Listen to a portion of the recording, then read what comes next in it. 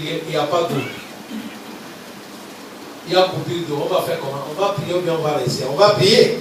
Inna as-salata kanat 'ala al-mu'minina kitaban mawquta.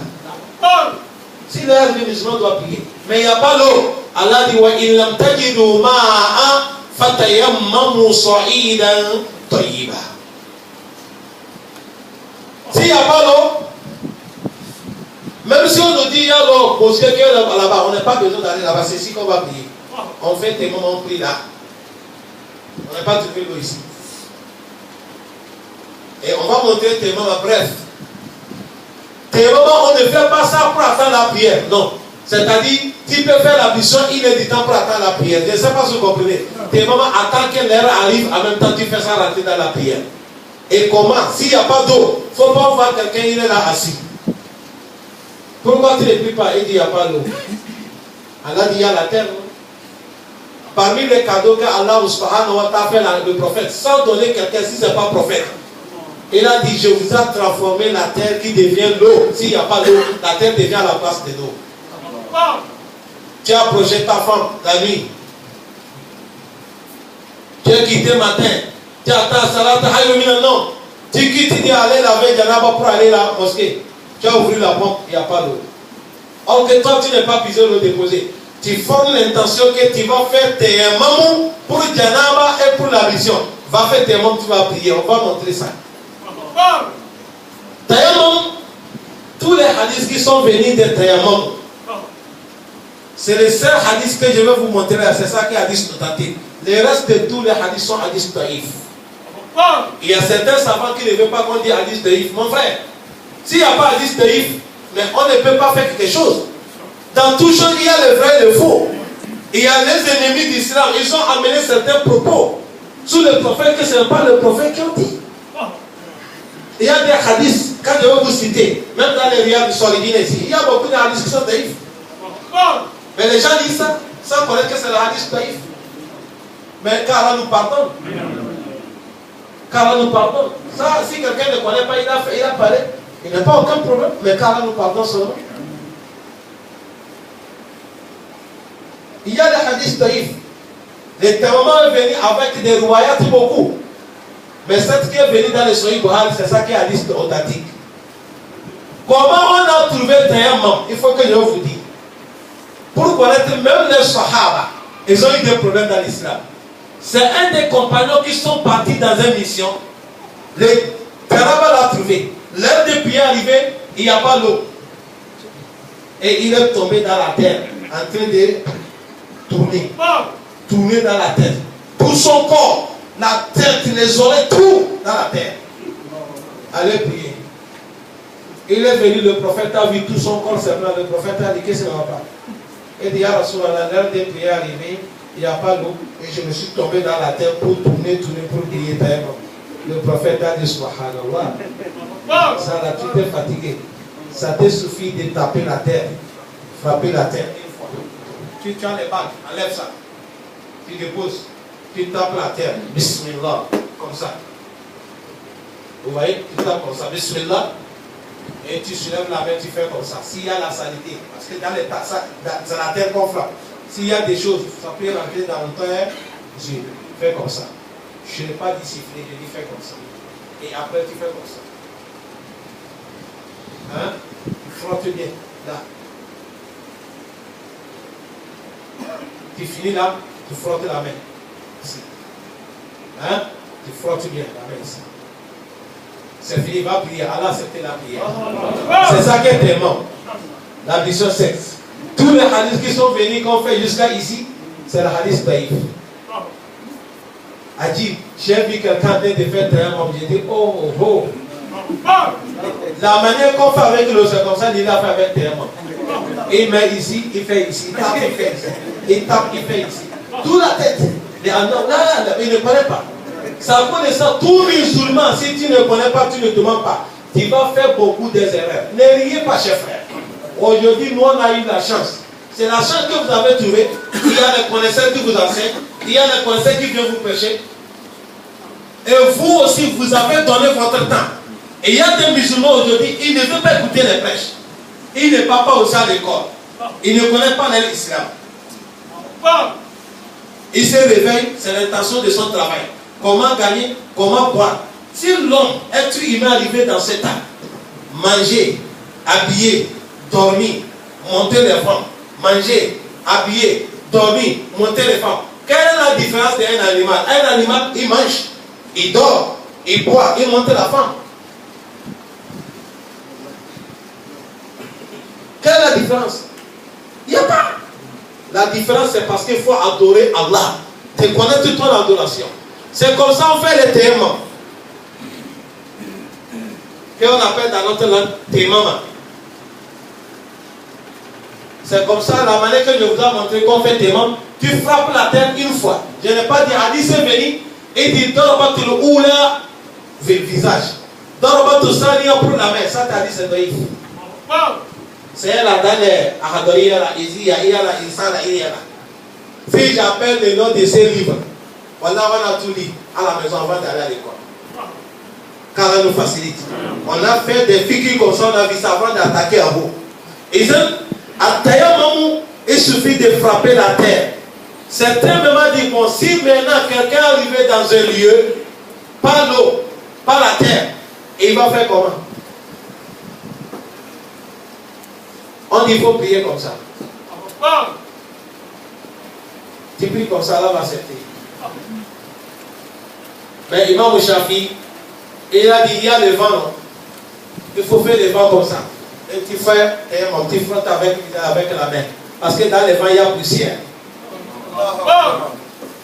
C'est Imam Shafi qui a dit ça. Allez regarder Fiqh Abba de Aïma. C'est comme ça Imam Shafi a dit. Mais les autres connaissent ça, dit tout ça là, c'est France. Tu as manqué l'eau, il n'y a pas la terre. Prie comme ça, Allah va accepter. Chers frères, on va attaquer la prière devant un jour. Si l'homme ne connaît pas la mission, ta prière ne sera pas acceptée. Voilà pourquoi on a montré la mission. Voilà pourquoi on a mené témoin. Et il y a troisième chose, ils sont mélangés. C'est ça qui est Janaba. Obligatoire, on va attaquer ça.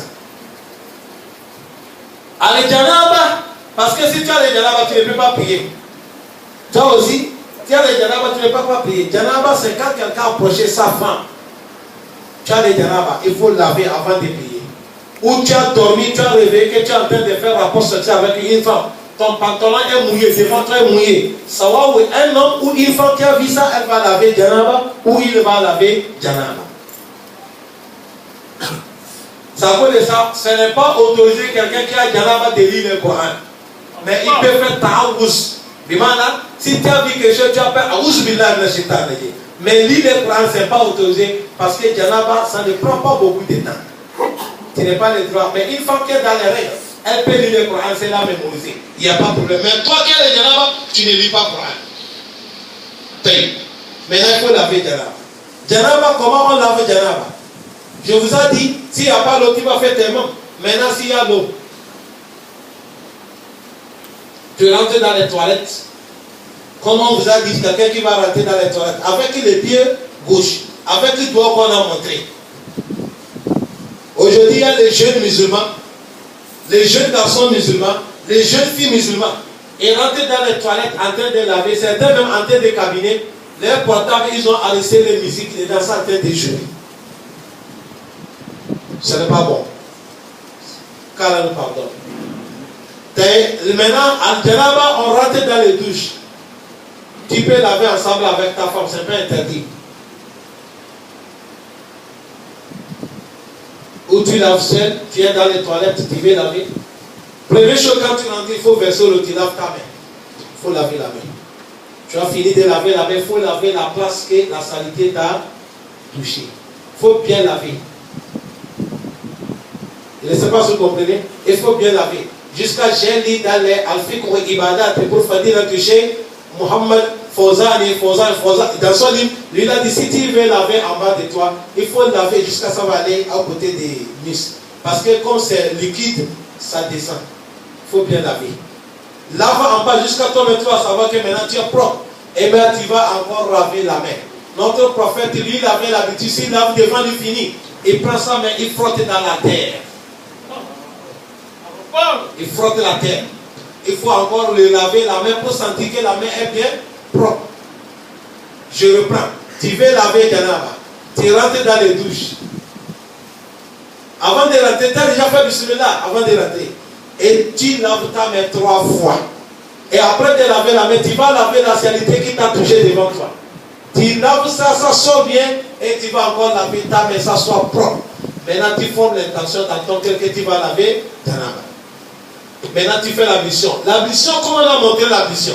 Comme l'ablution des prières. Mais celle des prières, on a dit, tu mets l'eau sur ta tête, tu frottes comme ça, allez. Tu frottes comme ça, revenu. Après, tu laves les oreilles. Ou bien, c'est pas ça. Mais Janaba, lui, tu verses l'eau sur ta tête, tu vas frotter la tête, tu laves toute la tête avec le cou. Une fois. Tu vas bien frotter. Dans les kitabo. Esia. Et là, il dit celui qui a le lihia qui est lourd, il faut bien mouiller ça. Celui qui a le lihia hafifa, il suffit, tu fais comme ça, ça suffit. Janaba, tu verses l'eau sur la tête. Tu as fait l'ablution. Maintenant, au niveau de la tête, tu frottes, tu mets l'eau. Tu verses l'eau sur la tête, tu frottes la tête. Tu frottes bien la tête. Il faut frotter jusqu'à la tête, tu vas mouiller. Et tu frottes le barbe jusqu'à le cou comme ça. Une fois, tu frottes. Tu verses encore l'eau 2 fois, tu frottes bien. Tu frottes encore l'eau 2 fois, tu frottes, ça fait 3 fois, tu frottes la tête. Et maintenant, tu verses l'eau sur ton corps. Le moment de faire l'ablution, tu as laissé les 2 pieds, sans laver les pieds. Et tu verses l'eau sur ton corps, tu frottes côté de droite et tu frottes côté de gauche. Jusqu'à le moment que toi, tu sauras que tout le corps est mouillé. Le corps est tout mouillé. Maintenant, et tu laves ton pied. Les 2 pieds, comme l'ablution c'est fini, tu as lavé Janaba fini. C'est comme ça on lave Janaba. Avec cette Janaba, tu peux aller faire la prière avec ça. Je répète, Janaba, tu rentres dans les douches. Tu laves les pieds et la main 3 fois. En finissant de laver la main, tu laves devant toi.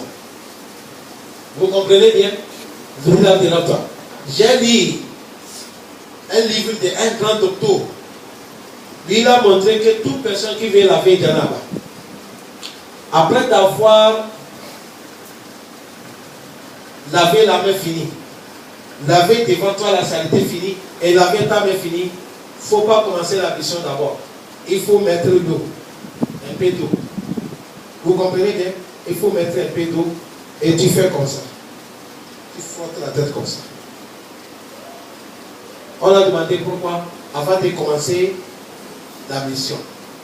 Il dit parce que dans la connaissance, le moment que l'homme avec la femme, si le suprême est sorti, tout le pot là, ça se met debout. Et vous savez, chaque les poids, il y a des trous à côté de ça. Ça se ouvre. Les trous là sont ouverts. Le moment que l'homme fait rapport avec sa femme, suprême est sorti, les trous là sont ouverts. Ce n'est pas bien que tu verses l'eau directement sur ton corps. Si l'eau là rentre dans les trous, ça peut te causer des problèmes, des maladies. Ils ont fait que tu frottes l'eau un petit peu comme ça, pour que ça ferme les trous. Et avant de commencer, quelque chose qui est venu de la connaissance, ce n'est pas contradit des sunnas des prophètes. Obligatoire, on travaille avec ça. Je ne sais pas si vous comprenez. Et si vous rentrez aussi, les médecins, quand tu vas les demander, ils vont te dire c'est vrai. Janaba, tu laves la main et tu finis, tu laves la saleté, tu finis de laver la saleté, tu laves encore la main. Et maintenant, tu formes l'intention que je vais laver Janaba. Et tu fais l'ablution. Kamel, comment on fait l'ablution? Maintenant, et tu verses, tu finis de faire l'ablution, tu verses l'eau sur ta tête. Tu frottes la tête jusqu'à le cou, une fois. Tu frottes jusqu'à le cou 2 fois. Tu frottes jusqu'à le cou combien de fois? 3 fois. Maintenant, tu verses l'eau sur ton corps. Si tu veux, tu commences à laver côté droite. Si tu veux, tu vas laver tout le corps entier ensemble. Il n'y a pas de problème. Vous comprenez bien? Et tu laves côté droite avant de laver côté gauche. Ou tu laves tout le corps ensemble. Mais il faut faire tel coup. Il faut frotter le corps. Tu frottes bien jusqu'à ce que tu vas savoir que tout le corps est mouillé. Et maintenant, tu laves les pieds droits et tu laves les pieds gauche. Janaba est fini. Tu peux laver toi avec madame, tu laves à côté, madame lave à côté. C'est avec même l'eau, tu laves, madame aussi lave. Celui qui va dire, hey, mais ça là aussi c'est quoi? Le prophète a fait comme ça.